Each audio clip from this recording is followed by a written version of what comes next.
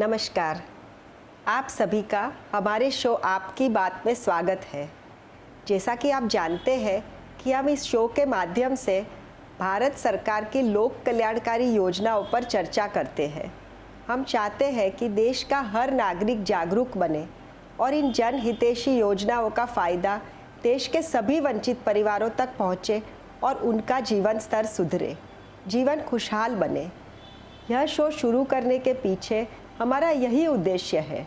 इस शो के ज़रिए हम सरकार की जन कल्याणकारी योजनाओं की पूरी जानकारी और उनके फ़ायदे बताते हैं। आज मैं इस शो में एनडीए सरकार की उस क्रांतिकारी योजना पर चर्चा करूंगी जिसका सपना राष्ट्रपिता महात्मा गांधी जी ने देखा था। जी हाँ, हम बात कर रहे हैं स्वच्छ भारत अभियान की। महात्मा गांधी जी कहते थे कि स्वच्छता स्वतंत्रता से भी अधिक महत्वपूर्ण है। गांधी जी के विचार और जीवन पद्धति के अंतर्गत स्वच्छता अत्यंत आवश्यक है, क्योंकि स्वच्छता और स्वास्थ्य में सीधा संबंध है। गांधी जी चाहते थे कि देश के हर शहर, हर गांव और हर घर में स्वच्छता रहे, साफ सफाई रहे, कहीं गंदगी ना रहे, क्योंकि तभी हर देशवासी स्वस्थ रह सकता है और बीमारियों से मुक्त रह सकता है, क्योंकि ज़्यादातर बीमारियां गंदगी के कारण ही फैलती हैं। लेकिन अफसोस, आज़ादी के बाद की पिछली सरकारों ने कभी इस अति महत्वपूर्ण तथ्य पर ध्यान ही नहीं दिया। इसी वजह से गरीब बस्तियों में बीमारियां फैलती रही। परंतु 2014 में जब नरेंद्र मोदी जी प्रधानमंत्री बने तो उन्होंने सर्वप्रथम महात्मा गांधी जी का स्वच्छ भारत का सपना पूरा करने का संकल्प लिया। इसलिए 2 अक्टूबर 2014 के दिन भारत के यशस्वी प्रधानमंत्री जी ने महात्मा गांधी जी की जयंती पर स्वच्छ भारत योजना का राष्ट्रव्यापी अभियान का शुभारंभ किया। स्वच्छ भारत अभियान की संकल्पना देश भर में प्रदूषण मुक्त शुद्ध वातावरण का निर्माण करने के लिए है। हर परिवार को और हर घर में शौचालय, ठोस और प्रवाही कचरे के निकास की व्यवस्था, ग्रामीण और शहरी क्षेत्रों की स्वच्छता, सुरक्षित एवं स्वच्छ पीने के पानी की व्यवस्था करना इस अभियान के मुख्य उद्देश्य है। गांधी जी की 150वीं जयंती के दिन इस योजना को परिपूर्ण करने का लक्ष्य था और स्वच्छ भारत यह गांधी जी को सच्ची श्रद्धांजलि है। स्वच्छ भारत अभियान का आरंभ करते हुए प्रधानमंत्री मोदी जी ने देशवासियों से एक संकल्प करवाया था, ना मैं गंदगी करूँगा, ना मैं गंदगी करने दूंगा। यह अभियान राजनीति से ऊपर उठकर हर भारतीय को स्वस्थ बनाने और राष्ट्र निर्माण का हिस्सा बने, ये नरेंद्र मोदी जी का स्वप्न था। देश भर में स्वच्छ भारत अभियान के लिए जन जागरूकता लाने के लिए अलग अलग क्षेत्रों से लोकप्रिय व्यक्तियों को नवरत्न के नाते इस अभियान के राजदूत बनाकर उनको जोड़ा गया। देश को उन्नत और समृद्धि के मार्ग पर ले जाने के लिए बनी सारी योजनाएं तब तक व्यर्थ है जब तक देश का जल स्थल स्वच्छता पूर्ण न हो। स्वच्छ भारत अभियान यानी क्लीन इंडिया मिशन भारत सरकार द्वारा संचालित एक राष्ट्रव्यापी आंदोलन बन गया है। इसके अंतर्गत केंद्र सरकार द्वारा 4041 संवैधानिक कस्बों के बुनियादी ढांचों, सड़क एवं रास्तों को स्वच्छ बनाने की योजना है। प्रधानमंत्री जी ने खुद हाथ में झाड़ू लेकर सड़क की सफाई करके एक मिसाल खड़ी की है। वाराणसी में गंगा के किनारे 80 घाट पर कुदाली से जमी मिट्टी खोदकर सर्व जनता को अपने परिसर को स्वच्छ रखने का और हमारी यही जवाबदारी है इसका ज्ञान करवाया।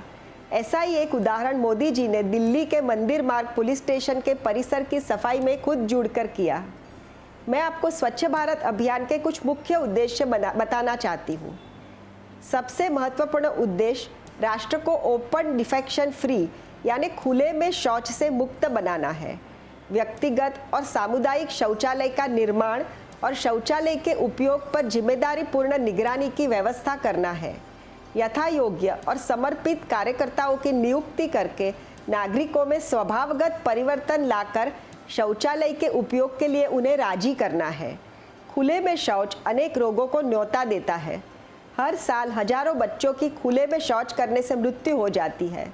सरकार का यही लक्ष्य था कि 2019 तक हर स्कूल में लड़के और लड़कियों के लिए अलग अलग शौचालय का निर्माण हो। स्कूलों में शौचालय बनाने का एक यह भी फायदा हुआ कि इससे बच्चों में कन्याओं का स्कूल ड्रॉप आउट रेशियो भी कम हो गया। ग्रामीण क्षेत्रों को स्वच्छ रखने के लिए घन और प्रवाही कचरों को अलग करने की व्यवस्था ग्राम पंचायत कर रही है। हर गांव में घर घर पानी पहुंचाने के लिए पाइपलाइन बिछाने की योजना पर भी काम किया जा रहा है। स्वच्छ भारत अभियान आज एक सफल आंदोलन बन गया है।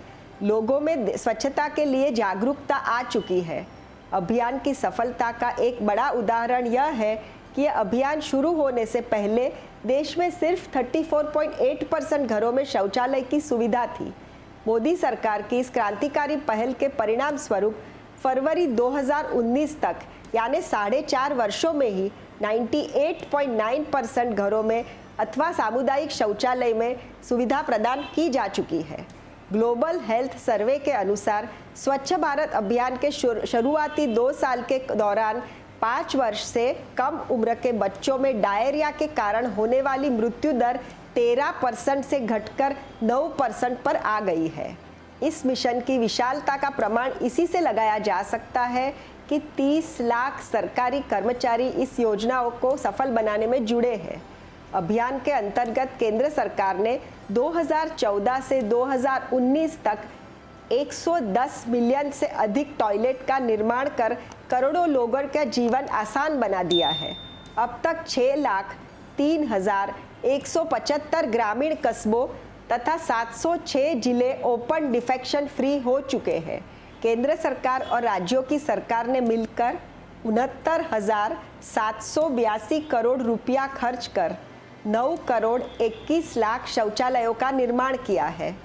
मैं आपको इस अभियान की सबसे महत्वपूर्ण विशेषता बताना चाहूँगी।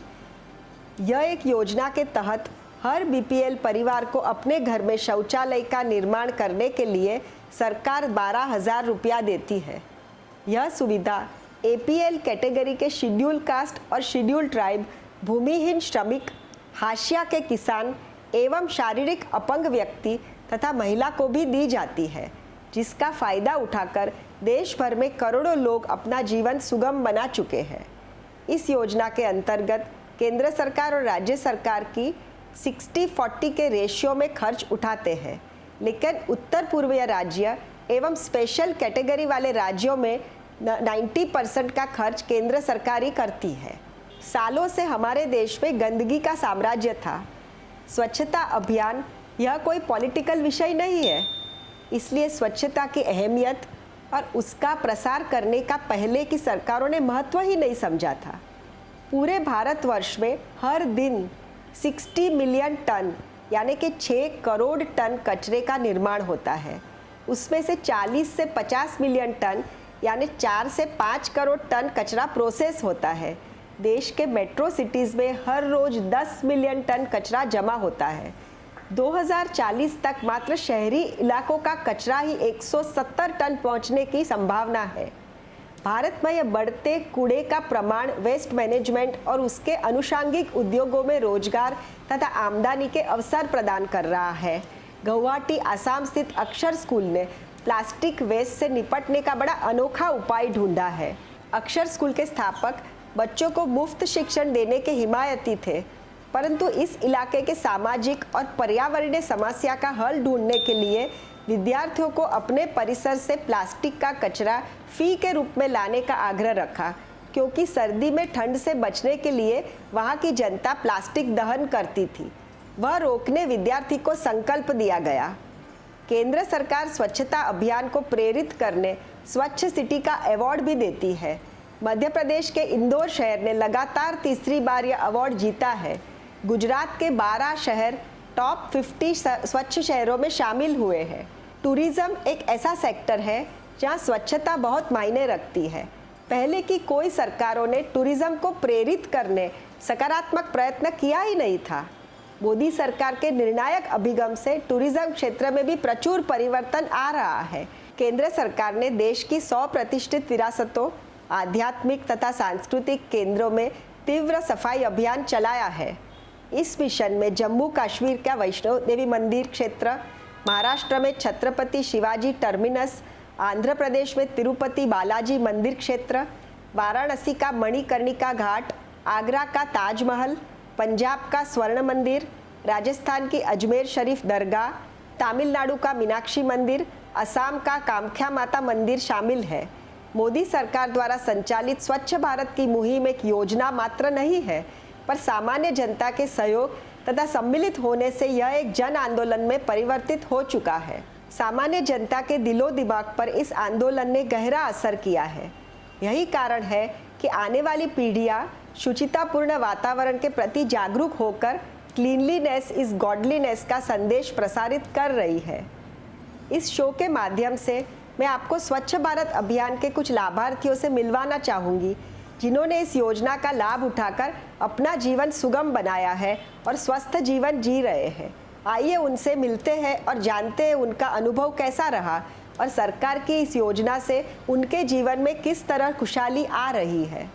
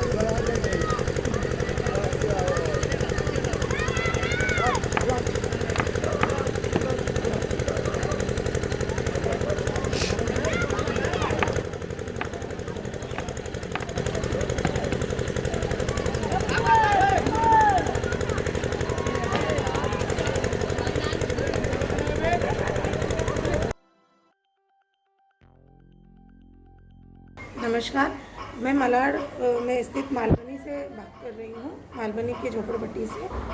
काफ़ी समय पहले हमें यहाँ पर शौचालय की बड़ी दिक्कत थी। यहाँ हम खुले शौचालय में जाते थे जिनमें दरवाजे वगैरह नहीं होते थे।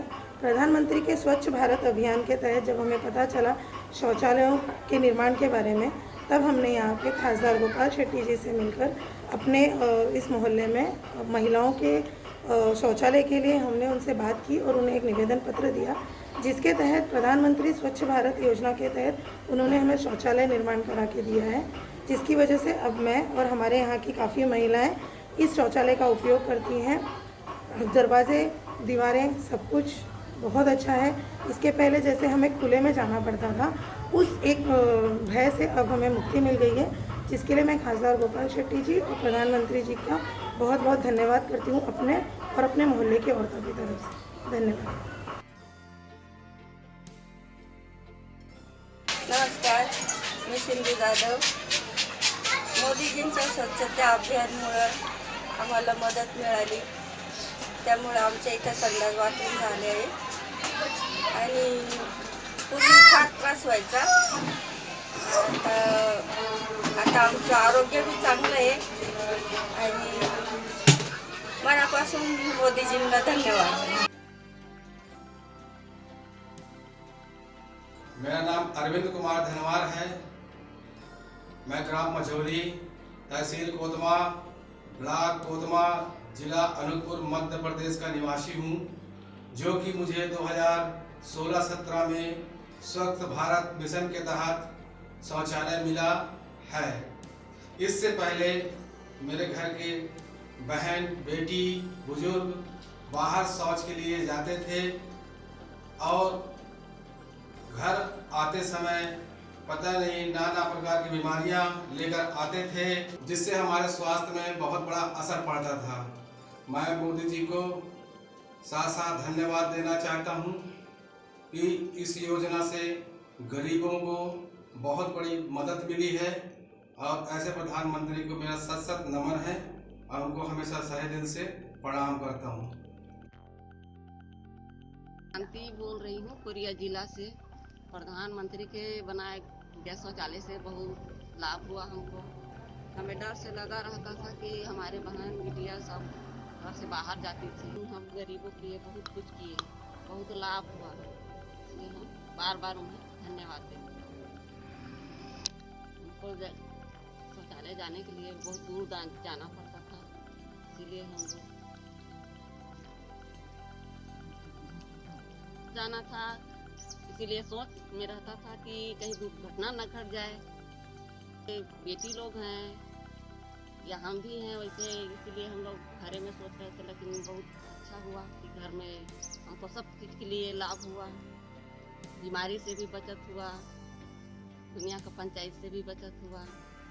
हमें डर सा लगा रहता था कि हमारे बेटियों लोग को कुछ हो ना जाए, जमाना खराब चल रहा था, हो जाए कहीं। ये सब के लिए हम खुश हैं, अच्छे हैं। इसके लिए हम लोग प्रधानमंत्री को धन्यवाद देते हैं कि हम लोग अच्छे से हैं। कोरिया जिले से बोल रही हूँ। प्रधानमंत्री जी के द्वारा बनाए गए शौचालय से हमें बहुत लाभ हुआ। के लिए हम धन्यवाद देते हैं। हम यहाँ के बहुत दूर जाते हैं शौचालय के लिए, नहीं जाना पड़ता है। मंत्री के द्वारा घर में जाना पड़ता है, इसके लिए हम धन्यवाद देते हैं। मैं कोटा से बोल रही हूँ, कोटा राजस्थान से बोल रही हूँ, विमला सेन। पहले हमको बाहर जाना पड़ता था, तो अब हमारे को मोदी जी के स्वच्छ भारत की तरफ से पैसे मिलके हमने घर में शौचालय बना लिए और हमारी कच्ची बस्ती अब उससे सब घर में जाते हैं। मैं राजस्थान कोटा जवाहर नगर कच्ची बस्ती का निवासी हूँ। पहले जो प्रधानमंत्री स्वच्छ भारत योजना जो चलाई गई उसमें मैं लाभार्थी हूँ। पहले हम शौच के लिए बाहर जाते थे, लेकिन जो प्रधानमंत्री की स्वच्छ योजना जो लागू की गई उससे हमारे घर में ही शौचालय बन गया। अब हमें कहीं बाहर जाने की ज़रूरत नहीं पड़ती। तो मैं तहे दिल से प्रधानमंत्री जी का आभार व्यक्त करता हूँ कि उन्होंने हमें इस योजना का लाभ प्रदान किया। धन्यवाद। नाशिकमध्ये गंगापूर रोड येथील मल्हारखान झोपडपट्टी प्रभाग क्रमांक 7 येथे भारत सरकारच्या स्वच्छता योजनेनुसार न्यू टॉयलेट्सचे काम करून देण्यात आले आहे आणि इथे व्यवस्थितरित्या स्वच्छता ठेवण्यात येते आहे आणि या गोष्टीसाठी आम्ही भारत सरकारचे धन्यवाद मानतो। नमस्कार, मैं एकता विहार से युवा। हमारे यहाँ पहले बाथरूम में बहुत टूट की और बहुत कमी थी। हमारे यहाँ के लोग बाहर यूज करने जाते थे। हमारे यहाँ कहीं भी शौचालय कहीं भी बाथरूम नहीं था। इतना बड़ा बाथरूम बनाया गया है। हमारे यहाँ पर एकता विहार के सभी वासी इस बाथरूम से खुश हैं और इस बाथरूम को लेके हमने मीनाक्षी लेखी जी को निमंत्रण किया था और उन्होंने हमारे बाथरूम को इतना बड़ा बनवा दिया है कि हम लोग अब परेशान नहीं होते, ना ही कोई हमारा लोग बाहर जाता है शौचालय करके। हमारे ये बाथरूम इतना बड़ा है, शायद किसी कॉलोनी में इतना बड़ा बाथरूम नहीं है जो इस कॉलोनी में बाथरूम बनवाया गया है। और इसका उद्घाटन भी मीनाक्षी लेखी जी के द्वारा किया गया था। मीनाक्षी लेखी जी को बहुत बहुत धन्यवाद।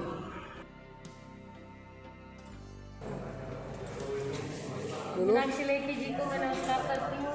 मैं तविहार में रहती हूँ। उसके बाद जाके ये जो यहाँ पे टॉयलेट के लिए बहुत परेशान थे, अब उनके माध्यम से ये इतना बड़ा शौचालय बना है। उनको हम सब एकता विहार वाले धन्यवाद करते हैं। उनकी वजह से हमारे इतना समाधान हो गया और साथ में तुलसी मैडम का भी धन्यवाद करती हूँ। मैं एकता विहार का युवा बोल रहा हूँ। मैं ये कहना चाहता हूँ कि जो हमारे यहाँ का एक कॉलोनी है, पहले बहुत गंदगी रहती थी यहाँ पर। यहाँ के जो लोग बाग हैं राजस्थान साइड से और 2-3 एरियो से और हैं जो कि रोडों पे गंदगी मचाते थे, जो कि अब हमारे मंत्री जी ने मीनाक्षी लेखी जी ने यहाँ पर बाथरूम की उद्घाटन करवाया है, जो कि बाथरूम बहुत बड़ा और विशाल है। इस बाथरूम में हर चीज़ की सुविधा मिलेगी आपको। ऊपर से 2 फ्लोर का बाथरूम है जो कि किसी एरिया में नहीं बना। तो मैं बस अपने तहे दिल से बस मीनाक्षी जी का शुक्रिया करना चाहता हूँ जी, इन्होंने गंदगी दूर करने का एक सहयोग कराया। हाँ, मैं दशरथ पाल बोल रहा हूँ। मैं ये जब से कोरोना महामारी फैला है, बीमारी का घर, जब से यहाँ पर एमएलए मनीषा चौधरी जी का ये न्यूत्र में बाथरूम बना है, तब से निःशुल्क यहाँ के पूरे बस्ती को सुविधा दिए हैं, फ्री में सेवा दिए हैं यहाँ पर, और यहाँ पर ज़्यादा सारा व्यवस्था किए हैं। उम्मीद है आपको हमारा यह शो पसंद आया होगा। मैं चाहती हूँ कि आप सभी तक यह वीडियो पहुँचाकर सरकार की जन कल्याणकारी योजनाओं के बारे में पूरे देश में सभी को जागरूक करें, ताकि हर देशवासी इनका लाभ उठाकर अपना और दूसरों का जीवन सुधार सके। अगले शो में हम आपसे सरकार की दूसरी जन कल्याण स्कीम के बारे में चर्चा करेंगे। वंदे मातरम, जय हिंद।